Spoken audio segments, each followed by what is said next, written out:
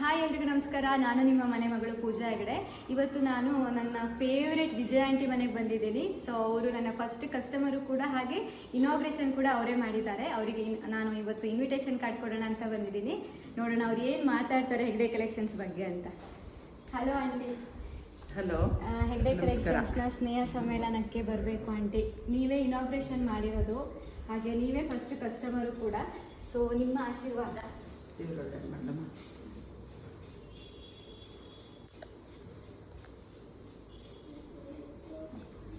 ನಾನು ವಿಜಯಲಕ್ಷ್ಮಿ, ನಿವೃತ್ತ ಪ್ರಾಧ್ಯಾಪಕಿ, ಮುಖ್ಯ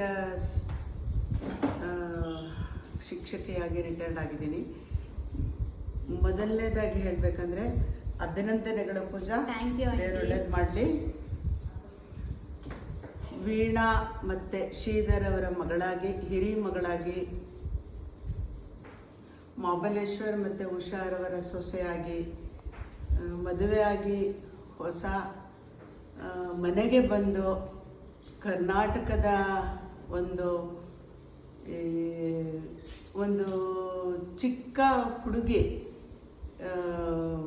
ಸೊಸೆಯಾಗಿ ಬಂದು ನಮ್ಮ ಬೆಂಗಳೂರಿನಲ್ಲಿ ಒಂದು ಉದ್ಯಮವನ್ನು, ಚಿಕ್ಕದಾಗಿ ಒಂದು ಉದ್ಯಮವನ್ನು ಪ್ರಾರಂಭ ಮಾಡಿ ಒಂದು ಜಾನಪದ ಕಲಾವಿದೆಯಾಗಿ, ಸಾಫ್ಟ್ವೇರ್ ಇಂಜಿನಿಯರ್ ಆಗಿ ಇಷ್ಟು ಮಟ್ಟಕ್ಕೆ ಬೆಳವಣಿಗೆ ಪಡಿತಾ ಇರೋದು ತುಂಬ ಸಂತೋಷದ ವಿಚಾರ. ನಾವೇನು ಹೇಳಬೇಕಂದ್ರೆ, ಒಳ್ಳೆಯ ಹೃದಯದ ಒಂದು ಹುಡುಗಿ. ನಾನು ಯಾರಪ್ಪ ಮೊದಲು ನೋಡಿದಾಗ ಯಾರಪ್ಪ ಇವರು ಚಿಕ್ಕ ಮಕ್ಕಳು ಅಂತ ಅಂದ್ಕೊಂಡಿದ್ದುಂಟು. ನಮ್ಮ ಮನೆಯ ಮುಂದುಗಡೆ ಬಾಡಿಗೆಗೆ ಬಂದಾಗ ಹೊಸದಾಗಿ ಮದುವೆಯಾದ ನವದಂಪತಿಗಳು ಬಂದಿದ್ದರು. ಆಗ ನಾನು ಇನ್ನೂ ಶಾಲೆಯಲ್ಲಿ ಕೆಲಸ ಮಾಡ್ತಾಯಿದ್ದೆ.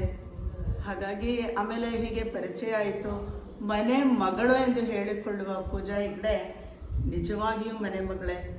ಆದರೆ ಅವರ ಈ ಒಂದು ಉದ್ಯಮ ಇಂದು ಹೆಮ್ಮರವಾಗಿ ಬೆಳೆದಿದೆ.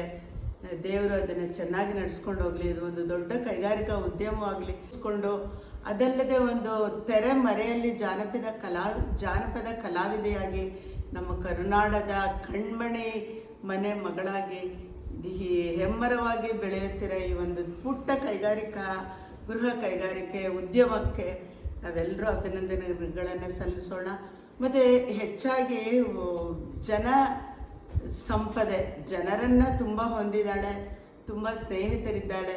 ಅವಳ ಒಂದು ಮನಸ್ಸಿಗೆ ತಕ್ಕಂತೆ ಸ್ನೇಹಮಯಿಯಾಗಿ ನಮ್ಮೆಲ್ಲರಿಗೂ ಕೂಡ ಮಾಡಿ, ನಾವು ಯಾವುದೋ ಒಂದು ಚಿಕ್ಕ ಕೆಲಸ ಶುರು ಮಾಡಿದ್ದು, ಒಂದು 5 ಸೀರೆ 6 ಸೀರೆ 10 ಸೀರೆಯಿಂದ ಪ್ರಾರಂಭವಾಗಿರೋ ಒಂದು ಅವಳ ಒಂದು ಸೀರೆಯ ಉದ್ಯಮ, ಒಂದು ಗೃಹ ಕೈಗಾರಿಕೆಯ ಉದ್ಯಮ ಇಂದು ಹೆಮ್ಮರವಾಗಿ ಬೆಳೀತಾ ಇದೆ.